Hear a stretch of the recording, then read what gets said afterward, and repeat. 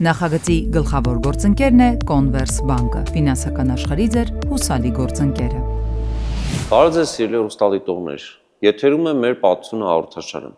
Այսօր խոսելու ենք Հայաստանում 2-ից 52 թվականներին գահակալած դրածո արքաների մասին։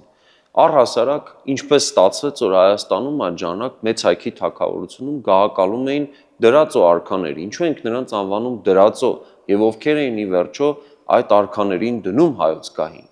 Եվ այս հանգամանքների մասին այսօր լսելու ենք մեր հաղորդաշարի եթերում։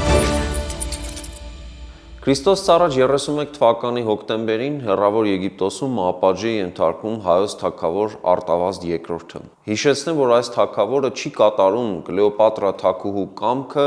եւ չի հրաժարվում արքայի արքա տիտղոսից հօգուտ հաստորեն Կլեոպատրայի։ Եվ այս պարագայում բուն Հայաստանում ծավալվում են հետարքի իրադարձություններ։ Մինչ Օկտավիանոսը պայքարում հաղթում է փաստորեն Անտոնիոսին եւ նաեւ Կլեոպատրային շարքից հանում է եւ կարողանում է Եգիպտոսը միացնել իր ընդհանուր տերությանը, այսինքն հռոմեական պետությանը եւ ավարտվում է Միջերկրական ծովի միացումը ամբողջ հռոմեական մեկ պետության կազմի մեջ, այդ ժամանակ Հայաստանում տեղի ունենում հետեւյալ իրադարձությունները։ Պարթևների օգնությամբ հայոց գահի համար պայքարում հաջողության է հասնում Արտաշես II արքան, կարողանում է Հայաստանի տարածքը ամբողջությամբ ազատագրել հռոմեական լեգիոններից, ոչնչացնում է բոլոր կայազորները, հռոմեական կայազորները Հայաստանում, նաև պարթևների թողտվությամբ կարողանում է նվաճել Ատրպատականի թագավորությունը եւ նրա արքային նաև վրեժխնդրությունից ելնելով իհարկե շարքից հանում է։ Այս առումով փաստորեն Հայաստանի ուղիղ գերիշխանությունն է հաստատվում նաև Ատրպատականում եւ մենք տեսնում ենք, որ դրամների վրա Արտաշես II-ը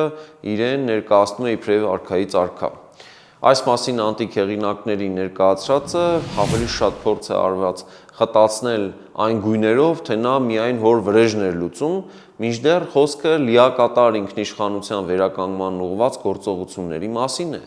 Եվ այստեղ փաստորեն Արտաշեսի գործողություններով Հռոմի գերիշխանությունը Հայաստանում սասանվում է,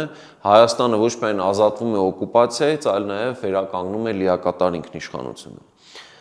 Այնուամենայնիվ Օկտավիանոսը Քրիստոս առաջ 27 թվականին դառնալով իբրև կայսր, Օգոստոս կայսր, Հռոմը վերածում է նոր որակի պետության, կայսրության, յուրացնում է Գերագույն Քրմի, Պոնտիֆեքսի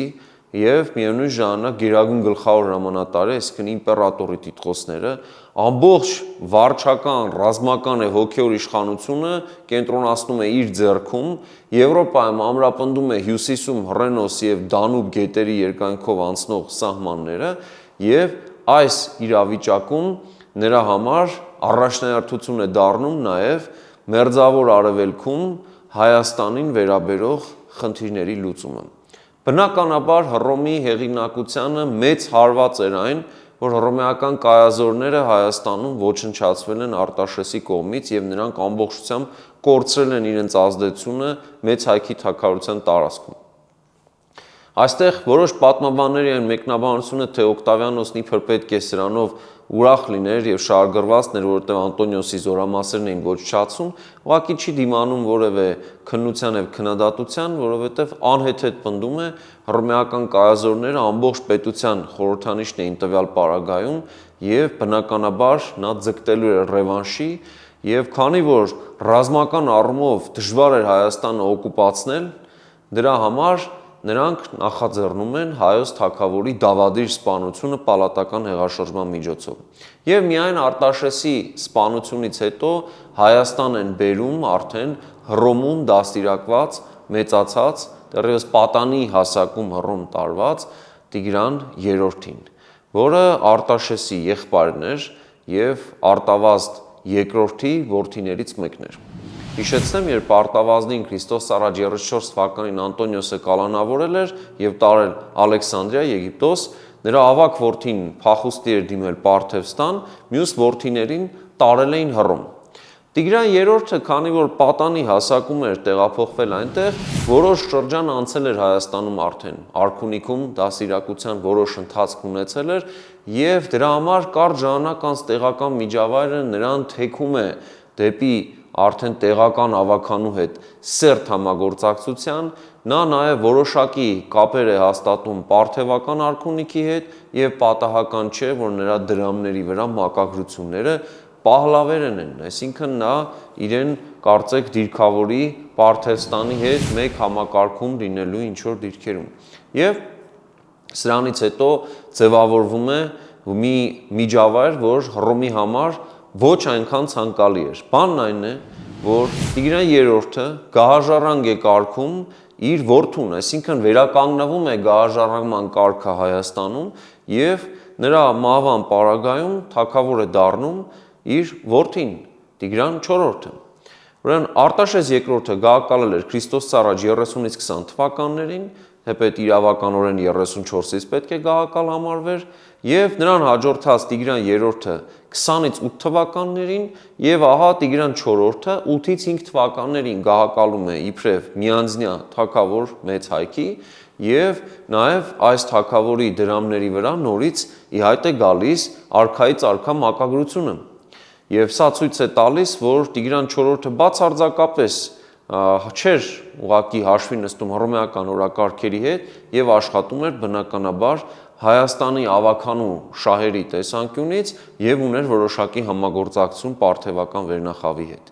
Հետաքրքիր է, որ Տիգրան III-ի եւ Տիգրան IV-ի ժամանակաշրջանում պարթևները ուղղակի միջամտության չեն դիմում Հայաստանի ներքին գործերին, չեն փորձում ուղղակի ազդեցություն այստեղ ձեռք բերել եւ նրանց համար կարծեք ձեռնտու լինի այն իրավիճակը, որ մեր վերնախավը փաստորեն ձգտում է Հռոմից անջատվելու։ Այս առումով նրանք չեն խոչընդոտում գործընթացին, ունեն բավական пассив համագործակցություն, այսպես пассив աջակցության ձևաչափով։ Եվ հռոմեացիները այնուամենայնիվ այս իրավիճակի հետ չեն հաշտվում եւ Օգոստոս կայսրը իր ունեցած խնդիրներին զուգահեռ, գերմանական ուղղությամբ ունեցած խնդիրներին զուգահեռ այնուամենայնիվ չէր կարող չզբաղվել արևելքի հարցերով։ Եվ Քրիստոս առաջ 5 թվականին նրա ուղարկած զորքերը Հայաստան են բերում Տիգրան III-ի կրտսեր եղբորը Արտավազդ III-ին։ Ստացվում է, որ հայոց թագավոր Տիգրան IV-ի համար Արտավազդ III-ը հորեղբայր էր եւ ստացվում է, որ հայկական էլիտան պետք է կողմնորոշվեր ինչ անել եւ այս հարցում ընտրությունը շատ հստակ էր, մեր վերնախավը չէր աջակցում Արտավազդ III-ին եւ Արտավազդը Հայաստանում զավթելով գահը հռոմեացիների օգնությամբ այն տնօրինում էր ինչպես ուղակի հռոմեական դրածո։ Նա անխնա ձևով օգտագործում էր պետական միջոցները, վատնում էր տարբեր ուղղություններով, բավական վատ էր վերաբերում տեղական ավականու նկատմամբ եւ բնական է մեծ զայրույթ առաջացավ այս թագավորի վատնումների եւ դավաճանական ընթացքի նկատմամբ եւ Քրիստոս առաջ 2 թվականին մեծ ցասմամբ նրան վտարում են եւ թագավոր են կարգում նորից վերադարձնում են գահին Տիգրան IV-ին։ Այս անգամ Տիգրան IV-ը գահակալում է Էրատոյի հետ։ Էրատոն նրա քույրն էր եւ այս մասին իհարկե դեռևս խորհրդային տարիներին որոշ մասնագետներ առաջ են մղել այն տեսակետը, որ գուցե նույնիսկ նրանք ամուսիններ լինեին եւ Էրատոն գահակալեր իբրև նաեւ թագուհի այն բանի համար, որ իշխանությունը պահպանվեր դինաստիայի ձեռքում։ Այս բացատրությունը մի քանի պատճառներով չի դիմանում որևէ քննության։ Առաջինը այն զուգահեռ որ կատարվել է հին Եգիպտոսի դինաստիաների օրինակով, որ ամուսնանում էին հաճախ, որ այլ դինաստիայի ձեռքին չանցնի իշխանությունը, Հայաստանում պարզապես չէր կարողանում, որովհետև մրցակից դինաստիա չկար։ Եվ որևէ ավանդույթ, որ կարող էր խոսել Եգիպտոսի նման դինաստիական ամուսնության տրամաբանության մասին, ուղղակի Հայաստանում նախադեպ չուներ։ Երկրորդ հանգամանքը, եթե այդ ամուսնությունը նրա համար էր, որ այդ զավակը շարունակեր իշխել, այդ պայմանական ամուսնությունը, զավակը այդպես էլ ի հայտ չի գալիս։ Եվ այստեղ գալիս է այն վարկածը մեջտեղ, որ Տիգրան IV-ը առհասարակ զավակ չէր կարող ունենալ։ Երրորդ հանգամանքը, այստեղ չկա որևէ ուղիղ հիշատակում Տակիտոսի այն պնդումը, թե նրանք կարող էին լինել իբրև ամուսիններ, չի դիմանում քննությանը դրամի միջոցով, չէ՞ որ հայոց թագուհու դրամի վրա, Էրատոյի դրամի վրա գրված է Էրատո քույր թագավորին հայոց, ինչը նշանակում է, որ նա նրա կինը չէ, հակառակ դեպքում կգրվեր թագուհի հայոց։ Եվ շեշտված է փաստորեն քույր լինելու հանգամանքը։ Բացի այդ, հետագայում նույն Տակիտոսի այն տեղեկությունները, որ փորձել են փաստորեն Էրատոյին եւս մեկ անգամ գահին վերադարձնելով լուծել դինաստիական հարց, իսկ տվյալ դեպքում նշանակում է ամուսին գտնել եւ նրա ամուսնուն թագավոր դարձնելու միջոցով շարունակել դինաստիա, Արտաշեսյանների ինչ որ այսպես թարմացված արքայատոմ ձևավորել նոր, այս տարբերակը արդեն իսկ ցույց է տալիս, որ նա ժամանակին Տիգրանի կինը չի եղել։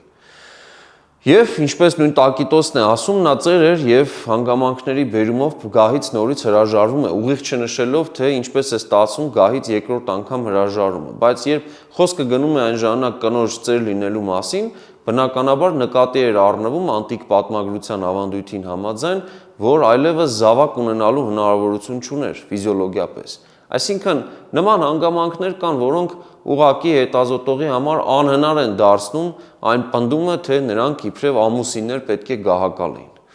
Վերադառնալով իրադարձությունների հետագա ընթացքին,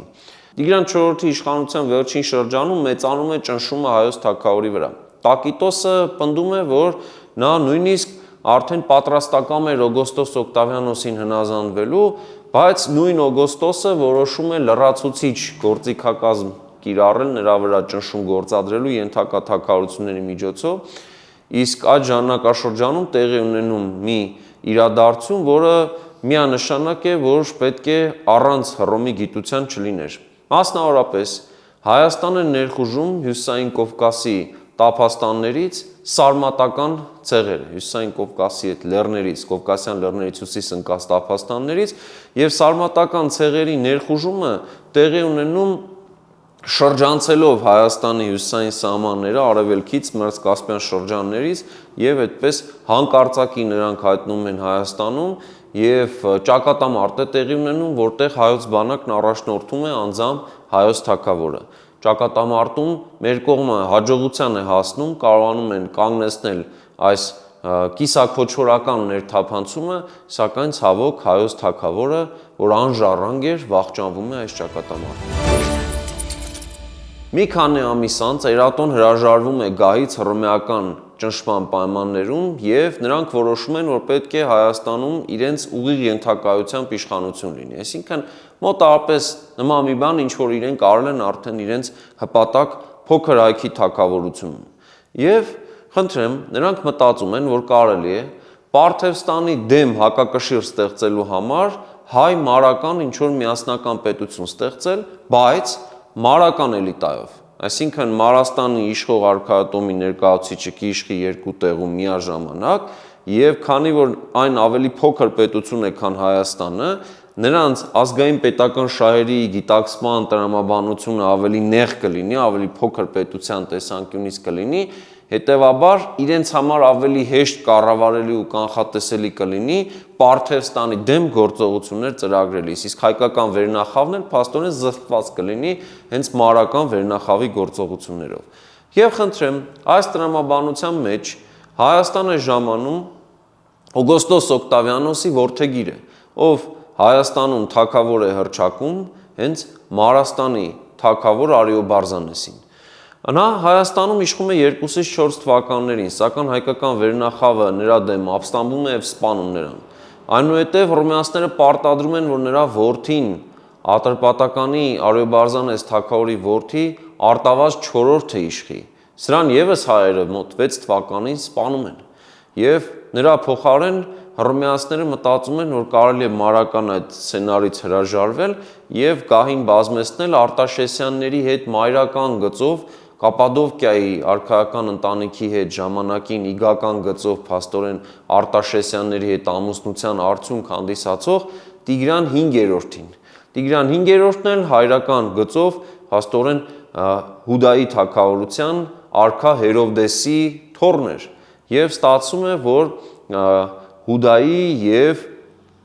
Կապադովկիայի արքայական ընտանիքների եւ հեռավոր, այսպես տատի կողմից, մայրական տատի կողմից Արտաշեսյան, այսպես արմատներով թագավոր կիշխի։ Ինչ-որ լեգիտիմություն էին փորձում հաղորդել այս թագավորին, բայց նրա դեմ եւս մեծ դժգոհություն եղավ Հայաստանում եւ այդ ապստամբական ցասման արդյունքում մեր վերնախավը Էրատոյին նորից դարձնում է հայոց թագավոր։ Եվ այս օրինակով ունենք շատ բացառիկ երևույթ, որ կինը գահակալում է իբրև թագավոր, այսինքն Էրատոյի լիազորությունները թագավորական են եւ վերլուծելով հռոմեական սկզբնախմբների տված տեղեկությունները մենք տեսնում ենք, որ 6-ից մինչև 12 թվականներ Հռոմը որևէ ազդեցություն այլևս չունի Հայաստանի ներքաղաքական օրակարգում, բայց Էրատոյի վերջին շրջանում փաստորեն նորից իշխանության հեռացումից հետո ծավալվում են հետարքի իրադարձություններ Հայաստանից հարավ-արևելք, Պարթևստանում գահակալական պայքարի արդյունքում գահից հեռացված Վոնոն արքան Հայաստանում հռչակվում է թագավոր եւ իշխում 12-ից 16 թվականներին, այնուհետև մտավախություն ունենալով, որ Պարթևստանի նոր էլիտան կարող է խնդիր տեսնել իրենց նախկին թագավորի Հայաստանում գահակալելու հետ կապված, որոշում են այստեղ, որ պետք է Վոնոնին եւս թույլ տան, որ հեռանա, հռոմեացիները նրան տեղափոխում են Հայաստանից եւ երկարատև այդպես անհնազանդ շրջանից հետո հայ-հռոմեական բանակցությունների արդյունքում, այսինքն մեր վերնախավի եւ հռոմեական արքունիքի միջև բանակցությունների արդյունքում կայացում է հետեւյալ որոշումը, որ հռոմեացիները որոշակի փոխհամաձայնության են գալիս մեր վերնախավի հետ եւ բեմադրում են զիջում, այսպես ասենք, իրենց կողմից, այսինքն փոխզիջումային լուծում Հայաստանում թագավոր է կարգվում պոնտական արքայազն Զենոնը։ Զենոնը, ինչպես Տակիտոս պատմիչն է ներկայացնում, երբ որ թագադրվում էր հայ ավականու կողմից բացականչություններով ընդունվել է իբրև Արտաշես, այսինքն հայկական դինաստիական Արտաշեսյան արքայատոմի անունն է ստացել եւ սրանով նա կարծեք տարբերակված լինի այդ շրջանի դերածո արքաներից։ Եվ պատահական չէ, որ նա միակն է այս դերածո արքաների շրջանում, որ 2-ից 52 թվերին են գահակալել, որ ոչ միայն չի հեռացվել իշխանությունից, այլ նաև իր բնական մահով է մահացել։ Եվ փաստորեն հայկական տեղական ավականու հետ որևէ խնդիր չի ունեցել։ Նա ի սկզբանե բավական հարազատ էր հայկական տեղական ավանդույթներին, հավատարիմ էր, որևէ նորամուծություն չէր փորձում անել եւ նա փաստորեն խաղաղությամբ իշխեց 18-ից 34, որոշ հետազոտողների պնդմամբ նույնիսկ մինչև 35 թվականը։ Եվ նրա այս խաղաղ իշխանության շրջանից հետո մենք տեսնում ենք, որ նոր ընթացք է ստանում դերածո արքաների գահակալության տրամաբանությունը։ Այս անգամ հռոմեական էլիտան որոշում է, որ պետք է Հայաստանում իշխող տոհմի ներկայացուցիչ դառնան Իբերիայից ներմուծված մարդիկ, այսինքն Վիրքի թագավորությունից պետք է այստեղ լինի իշխող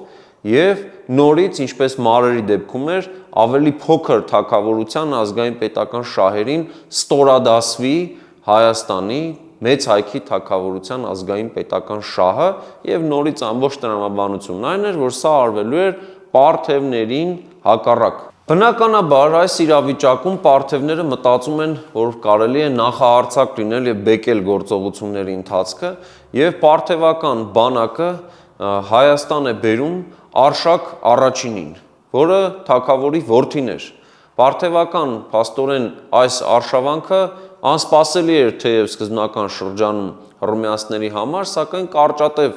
ընթացք ունեցավ եւ Արշակ առաջինի գահակալումը Հայաստանում նույնպես փաստորեն բավական կարճ տևեց, ավելի քան 1 տարի եւ նրանից հետո հռոմեացիները այնուամենայնիվ կարողանում են Հայաստանում վերահաստատել իրենց գերիշխանությունը եւ այս անգամ իշխանությունը տալիս են Վիրքի թագավոր Փարսմանի եղբորը Միհրդատին։ Միհրդատի գահակալությունը իհարկե ոչ ցանկալի երևույթ էր Պարթևստանի համար, նրանք փաստորեն տանուլ էին տալիս պայքարը Հայաստանում քաղաքական գերիշխանություն ստանալու հարցում եւ արդեն երկրորդ դեպքն էր, որ Արշակունի արքա էր Հայաստանում իշխում, բայց ընդհատվում էր նրա գահակալությունը եւ նման իրավիճակում իհարկե պարթևները ժամանակավոր ձախողում են ունենում, երբ մանավանդ պարտվում են հռոմեացիների ստորակա թագավորությունների, այսպես պայմանական դաշնակիցների ձևավորած դաշինքի դեմ պայքարում, որի մեջ մտնում էին օրինակ նույն վիրքի զորքերը, աղվանքի զորքերը, նաև դեպի ժամանակակից Դաղստանի տարած ծավալվող տարբեր ցեղերի կողմից կազմված այսպես կիսաքոչորական ցեղային ընդհանուր դաշինքը, այս ամենի դեմ իհարկե պարթևները ձախողում են ունենում եւ սա Հռոմի մեծ հաջողությունն էր։ Հայաստանում Միհրդատի գահակալությունը բավական վատ է ընդունվում, հայկական ավականին չէր հաշտվում Միհրդատի հետ եւ ի վերջո նրանք Կիսակ Դիմաքսյան մեծատոհմիկի գլխավորությամբ ապստամբություն են բարձրացնում եւ թագավոր հռչակում Կոտիսին, փոքր հայքի թագավորին։ Մասնագետների մի մասը վավերական չի համարում այսպիսի անուն ազգանունով ազնվորության գոյությունը եւ հղում կատարելով անտիկ հեղինակներին պնդում է,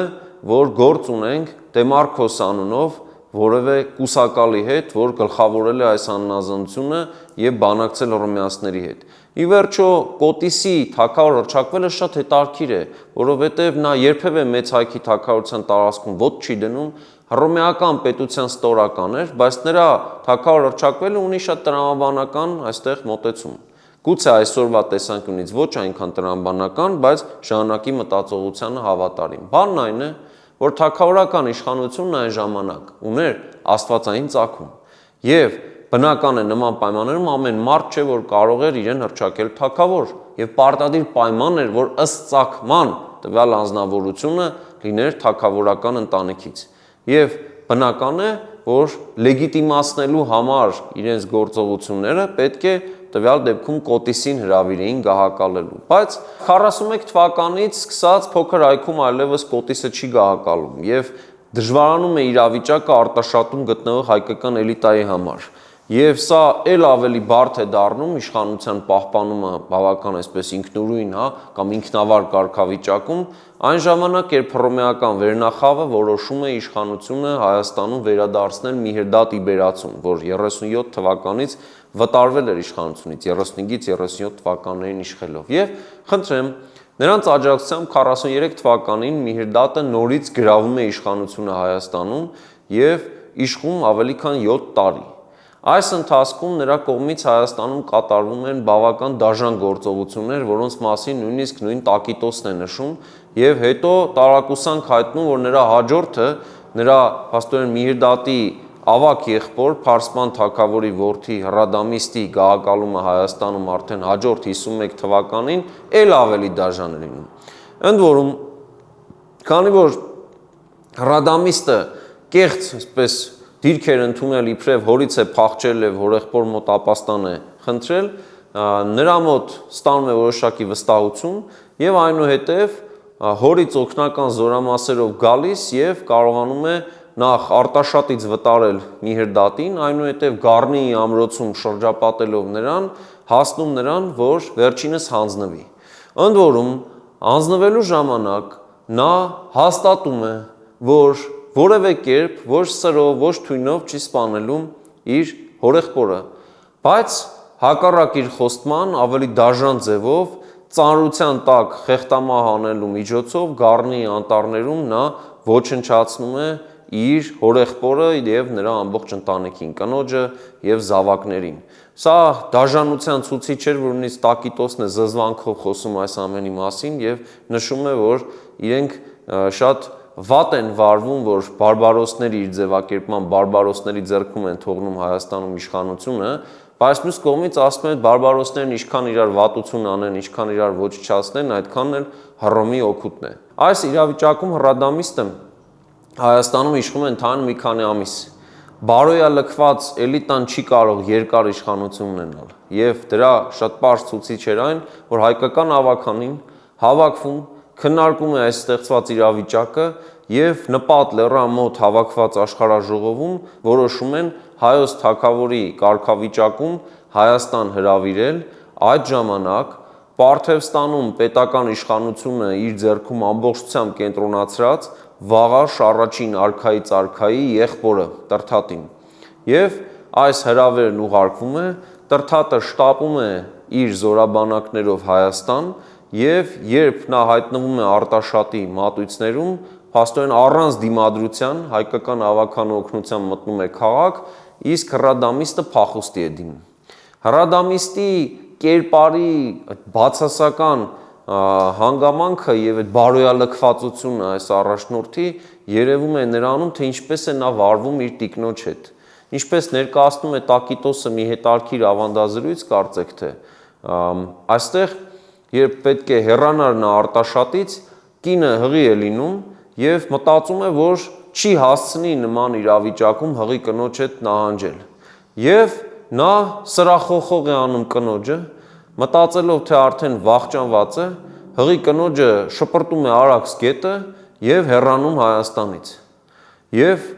այստեղ Տակիտոսը ներկայացնում է, որ հայ հովիվները զարմանալիորեն իրենց անասուններին գետի մոտ փաստորեն ջուր խմեցնելիս նկատում են կնոջ մարմինը, հանում են, բժշկում են նրա վերքերը, փրկում են նրան եւ զավակին